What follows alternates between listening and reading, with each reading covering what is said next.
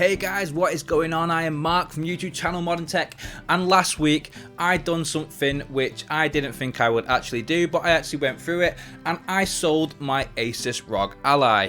Now, if you have been familiar with this channel for a while, you may know that I had an Asus ROG Ally. I got it on release date, although I have not actually made any proper videos on it. And I don't even have one anymore. I was planning on making a review on it, but I had such a weird love-hate relationship with this device that I actually didn't know how to approach the situation. Now, as my subscribers already know, that I am a big fan of the Steam Deck, and I got that, well, the Steam Deck actually took forever for me to get. I ordered one one day after the pre-orders were made available, and it took a full year extra after the actual release date, because that's how high in demand the Steam Deck was. However, with the ROG Ally, when I ordered that about a week after the release date was scheduled, and I got it on release date. By all means, this video is not going to be tell you which one you should buy or which one you shouldn't buy. It'll kind of give you a few bits of advice on what I prefer and why I prefer the Steam Deck. Spoiler alert. First off, there is absolutely no question that the Asus ROG Ally is an absolutely beautiful device, and having a 1080p screen on a handheld mini PC is absolutely phenomenal. It looks incredible. Reading little small text at 1080p resolution on a handheld gaming PC is just out of this world. But that does actually come with a cost. Unless you are living under a rock, every single person in this world knows the biggest downfall of the Steam Deck is its battery life. And yes, the ROG Ally has a worse battery life. Okay, it is debatably a better battery life if you are matching the Steam Deck's performance, but if you are on a device that is capable of higher performance than the Steam Deck, you're gonna go higher. Once you start playing at a higher resolution, it's so much harder to drop back down. And yeah, the higher performance, the lower the battery life. So the battery life is actually lower than the Steam Deck's. And still on the topic of the battery life, I can't imagine the glowing lights around each one of the thumbsticks is doing it any favors, but yeah, I'm not turning them off because they look absolutely cool. Unlike the Steam Deck, the ROG Ally did actually come with a stand to stand your console on for display or just regular docking purposes. That's kind of cool, but the stand is as cheap as anything. It's like a thin plastic material, and you'd think it wouldn't even hold the console, but the way it's designed, it miraculously holds the console. Once your console is on there, you don't actually feel unsafe, but when you pick up this little flimsy piece of plastic, you're thinking, I'm not putting my £750 device on this.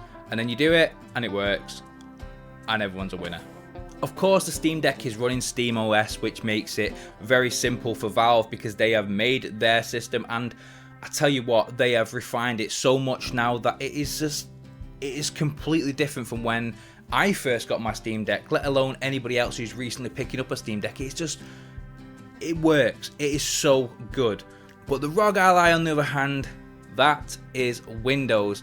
And Windows gaming PCs, yes, Windows is good, but any PC gamer knows that PC gaming isn't simple. There's always stuff you have to do. You always have to tweak settings and stuff. Yes, you can buy a stock PC and just play it on medium settings, 1080p and stuff, and you probably won't have an issue.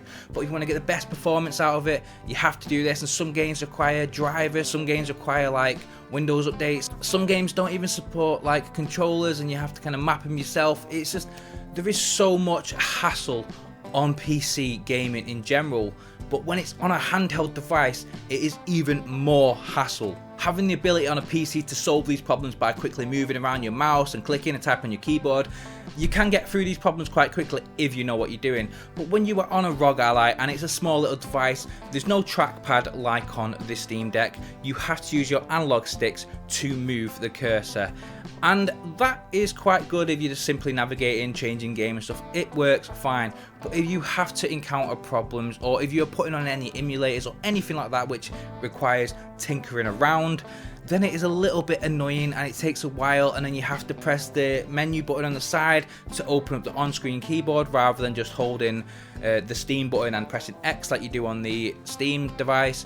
And if it comes around to tinkering settings on like emulators, for example, you just kind of think, I cannot be bothered doing this. It is just a pain in the backside, whereas the Steam Deck does it all for you. Now please don't think this video is me just taking a massive dump on the ROG Ally, because I really did like that console. It was beautiful. With the ROG Ally, it did have some quite advanced settings which were quite simple to access when they worked. Most of the time they worked, but occasionally, just occasionally, some of these menus just didn't come up, or you click on a button and it'd go off and it just doesn't work. It was really frustrating, but one of the best things was changing the performance setting.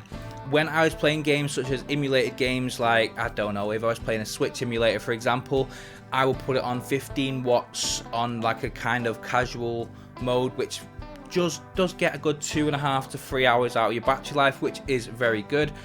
When you can also put it on performance mode, which is 25 watts. But when you actually plug this device in, only when it's plugged in, it doesn't matter if it's plugged into a power bank, it most likely won't work unless you have some super good power bank. But if you plug it into a regular main socket with the actual charger, with the right voltage and ampage, this gets 30 watts, and that does make a massive difference. You'd be playing games at high resolution, high frame rate, on a handheld, and you can play all the Windows games. So I was playing Genshin Impact, which I know you can play that on the Steam Deck with a lot of hassle, but I enjoyed playing it on this device. I also played a bit of Fortnite to test it out, and it worked well. I was terrible at it because I'm used to keyboard and mouse now, so when I played it on the device, I was absolutely awful.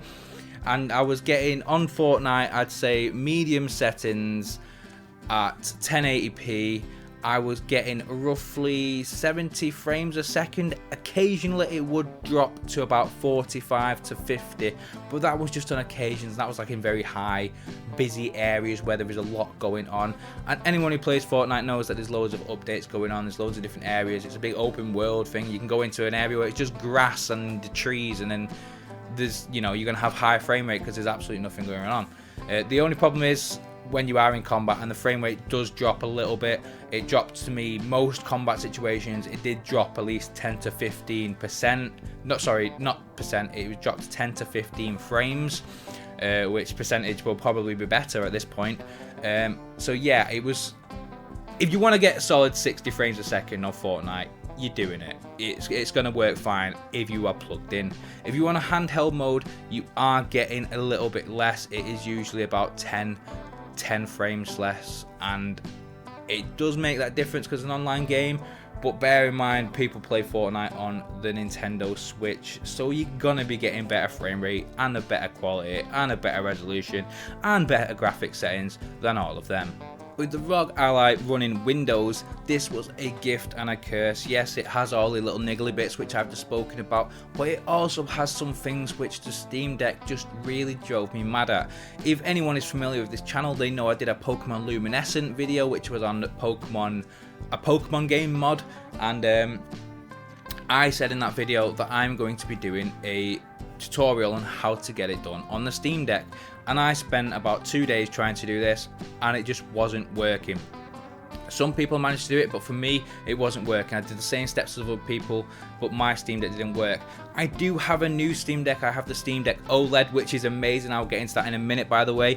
And I've not yet tried it on that, so I might try it again. But on the ROG Ally, it was just straightforward. There was no messing around. It was literally just doing it exactly the same as I did it on my PC. So I followed my own tutorial, and it worked. It worked fine. Late last year, I went to Gamescom 2023 with my friend Jake, and I took my ROG Ally with me, and he took his Steam Deck. And what I did notice on that journey is when we were stuck in the hotel room, when it was like a rainy day and we were just having a bit of a break, so there was a hell of a lot of walking around.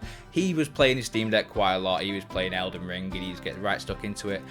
And I couldn't really play my ROG Ally that much because every time I booted up a game, it always required some internet connection, or there was just quite a lot of hassle. The only games I could really comfortably play were emulator games, but by the time I got it all loaded up, I changed my mind. I was like, I just don't want to play it. Whereas on the Steam Deck, you can click on a game, it boots off, it's quite quick, and you can just, you know, press the top button, put it on standby mode, and you boot the game up, and it's back there. Steam Deck is very much more optimized for gaming. Like the traditional Windows installation of the ROG Ally, it's like would you like to install Microsoft Office? Free trials. I don't want Microsoft Office on a ROG Ally. I just don't want it. I don't want to be sat there typing up reviews and doing my work on a ROG Ally. I have a computer for that. On that trip, the ROG Ally wasn't completely useless. We actually used that with my cheap little USB-C docking station onto the telly, so we didn't have to watch everything in German all the time. We could watch anime. That's what we were watching. We were watching One Piece quite often. We watched movies on Netflix. We watched whatever we wanted to watch on the web browser, because I could just dock it and it was just a computer at that case. I had an external mouse which I used to plug in rather than having to touch the dock and lean over every 5 seconds to change episode or whatnot. I just used a little a wired USB mouse, which was like a $5, and that did the job. It got the job done. With me being a lover of all game consoles and a collector, especially the handheld consoles because they had nice looking and they sit on my shelf, it was a big deal for me to actually sell this device. And normally I don't sell these things. I keep them, and I keep them all on my shelf, and I keep them displayed, and I like the look of them, and I loved the look of the ROG Ally. But for the price I paid for it, I think it was £750 when it first came out. I just felt unjustified leaving it sat on the shelf when somebody else can enjoy it and actually utilize it way more than I could, because around recent times I just bought myself a Steam Deck OLED, and I can tell you now the Steam Deck OLED is the improved everything.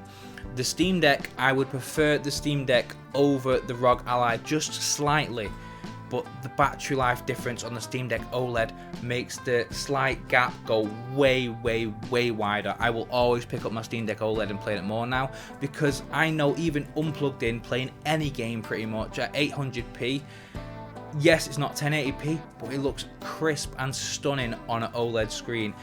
And I'm getting about 2.5 to 3 hours battery life on every game, every single game, no matter how high intensive it is. Some games I could probably get more, I've just not even tried it. And the cable comes with it is nice and long, which is something I forgot to mention on the ROG Ally. It did come with a quite lengthy cable, and that is good. I love a good longer cable. So if you are in the market for a ROG Ally or an OLED, this is no financial advice. I'll be one of them crypto guys. No, this is not financial advice. Don't sue me. But buy the OLED. It's just a no-brainer. Unless you want to play anything specifically on Windows, it has to be Windows. Like, let's say if you wanted to legitimately play Genshin Impact without the potential opportunity of your account being banned, then go for it on Windows device. But the Steam Deck OLED is an all-rounder for me. If I'm going out of the house, if I'm staying over somewhere, if I have to sit in the car for 2 hours waiting around, which I do a surprising amount, which is quite frustrating, but I do it, I take my Switch OLED with me, and it keeps me entertained. I'm just about to wrap this video up, but one major issue which just popped into my head, and even the person who I sold it to was very confused by this, is that on the ROG Ally they have been very known to fry micro SD cards. When I first got this device, I sent a video to my friend straight away saying, wow, the screen's really hot in the corner, because at the top left of the screen it gets really hot, and annoyingly right behind that is where the SD card goes in. So many people in many of the groups that I've followed on Facebook and stuff have all had their SD cards fried. So I would advise, if you are getting one of these, do not play games off an SD card. Okay, you might be able to play stuff like small emulator games or, you know, indie games, but if you are playing something like Red Dead Redemption 2 and you put in heavy hours into it, do not be playing that off an SD card. That is just absolute madness, because your card will fry and it will get hot. If you are playing this game for like an hour here and there and stuff, you might be okay. But personally, I wouldn't take the risk, and if you are getting an SD card, I'd advise getting a cheap one like a 512. Don't go off and getting yourself a 2TB, which is going to cost you £100 or so. Just get yourself a nice 20 quid one, and yeah, you're going to be on a winner. So yeah, I hope this video helps you out.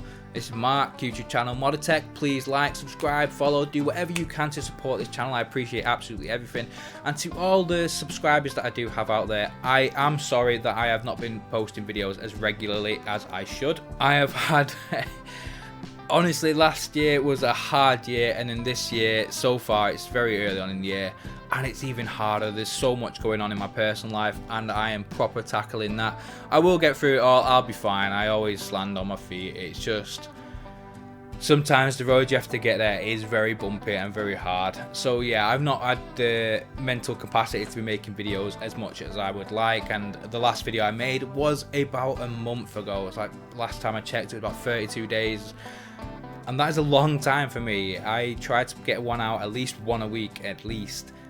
So I'm hoping to at least get back to about 1 to 2 a month for now, until I kind of get back in the rhythm. But I appreciate all the support and everyone jumping in my Discord and stuff, which I will leave below. I appreciate that.